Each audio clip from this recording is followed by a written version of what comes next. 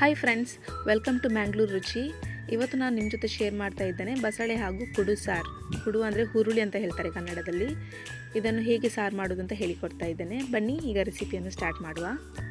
ಮೊದಲಿಗೆ ನಾನಿಲ್ಲಿ ಕುಕ್ಕರಲ್ಲಿ ಹುರುಳಿಯನ್ನು ಚೆನ್ನಾಗಿ ತೊಳೆದು ಕುಕ್ಕರಿಗೆ ಹಾಕಿ ಸ್ವಲ್ಪ ಉಪ್ಪನ್ನು ಹಾಕಿ ಬೇಯಿಸಲಿಕ್ಕೆ ಇಡ್ತಾ ಇದ್ದೇನೆ.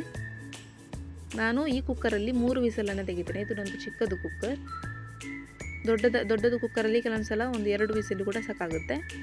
ಇವಾಗ ಒಂದು ಪ್ಯಾನ್ ಇಡ್ತಾ ಇದ್ದೇನೆ. ಇದು ಮಸಾಲೆಗೆ ರೆಡಿ ಮಾಡ್ತಾ ಇದ್ದೇನೆ. 5 ಬ್ಯಾಡಗಿ ಮೆಣಸನ್ನು ಹಾಕ್ತಾ ಇದ್ದೇನೆ.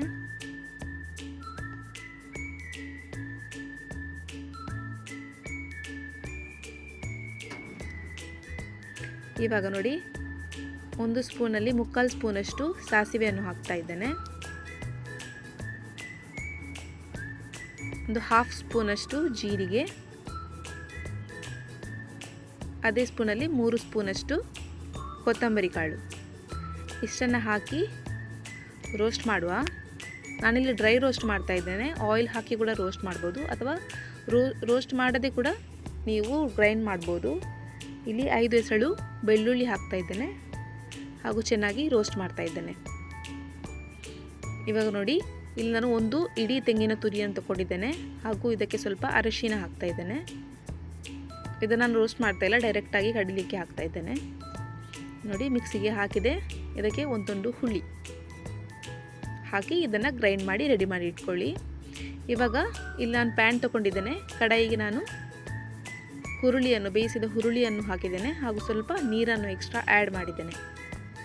ಇವಾಗ ಬಸಳೆಯನ್ನು ಆ್ಯಡ್ ಮಾಡ್ತಾ ಇದ್ದೇನೆ. ನಾನು ಕುಕ್ಕರಲ್ಲಿ ಬೇಯಿಸಿಲ್ಲ, ನನ್ನ ಹತ್ರ ದಂಟು ಜಾಸ್ತಿ ಇರಲಿಲ್ಲ, ಇದು ಎಳತ್ತಿತ್ತು, ಅದಕ್ಕೋಸ್ಕರ ನಾನು ಹೀಗೆ ಕಡಾಯಿಯಲ್ಲಿ ಬೇಯಿಸ್ತಾ ಇದ್ದೇನೆ. ಸ್ವಲ್ಪ ಉಪ್ಪನ್ನು ಹಾಕ್ತಾ ಇದ್ದೇನೆ, ಕಲ್ಲುಪ್ಪನ್ನು ಯೂಸ್ ಮಾಡ್ತಾ ಇದ್ದೇನೆ ನಾನು. ಹಾಗೂ ಇಲ್ಲಿ 1 ಟೊಮೆಟೊವನ್ನು ಚಾಪ್ ಮಾಡಿ ಹಾಕ್ತಾ ಇದ್ದೇನೆ ಹಾಗೂ ಒಂದು ಸಣ್ಣ ಈರುಳ್ಳಿಯನ್ನು ಚಾಪ್ ಮಾಡಿ ಇದಕ್ಕೇನೆ ಹಾಕಿ ಇದನ್ನು ಚೆಂದ ಮಾಡಿ ಬೇಯಿಸುವ. ನೋಡಿ, ಇವಾಗ ಇದು ಬೆಂದಿದೆ. ಇದಕ್ಕೆ ನಾನು ಕಡೆದಿಟ್ಟ ಮಸಾಲವನ್ನು ಸೇರಿಸ್ತಾ ಇದ್ದೇನೆ.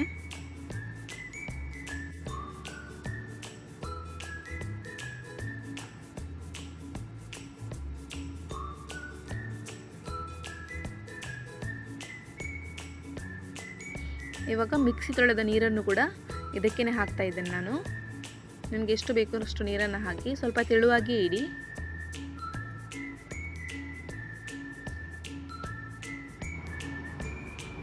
ಇವಾಗ ನೋಡಿ, ಒಳ್ಳೆ ಕುದಿ ಬಂದಿದೆ.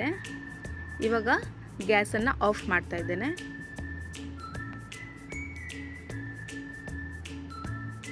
ಇವಾಗ ಒಂದು ಒಗ್ಗರಣೆಗೆ ರೆಡಿ ಮಾಡುವ. ಮೊದಲು ಪ್ಯಾನಿಗೆ ಸ್ವಲ್ಪ ಎಣ್ಣೆಯನ್ನು ಹಾಕ್ಕೊಳ್ಳಿ. ನಾನಿಲ್ಲಿ ಕೋಕೋನಟ್ ಆಯಿಲನ್ನು ಯೂಸ್ ಮಾಡಿದ್ದೇನೆ.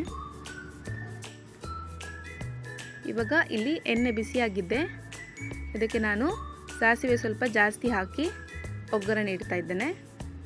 ಗ್ಯಾಸ್ಟ್ರಿಕ್ಕಿಗೆ ಒಳ್ಳೆಯದು, ಅದಕ್ಕೋಸ್ಕರ ಸಾಸಿವೆ ಜಾಸ್ತಿ ಹಾಕಿದ್ದೆ ನಾನು.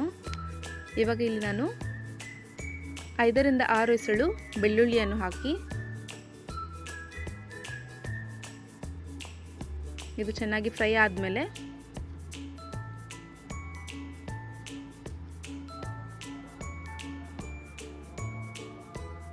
ಇದನ್ನು ಸಾರಿಗೆ ಹಾಕುವ. ನೋಡಿ, ಈಗ ಸ್ವಲ್ಪ ಹೊತ್ತು ಮುಚ್ಚಿಡಿ. ಇವಾಗ ಸಾರು ರೆಡಿ ಆಯಿತು. ಇದನ್ನು ಸರ್ವ್ ಮಾಡಿ ತೋರಿಸ್ತೇನೆ ನಾನು. ತುಂಬ ಚೆನ್ನಾಗಿ ಆಗಿತ್ತು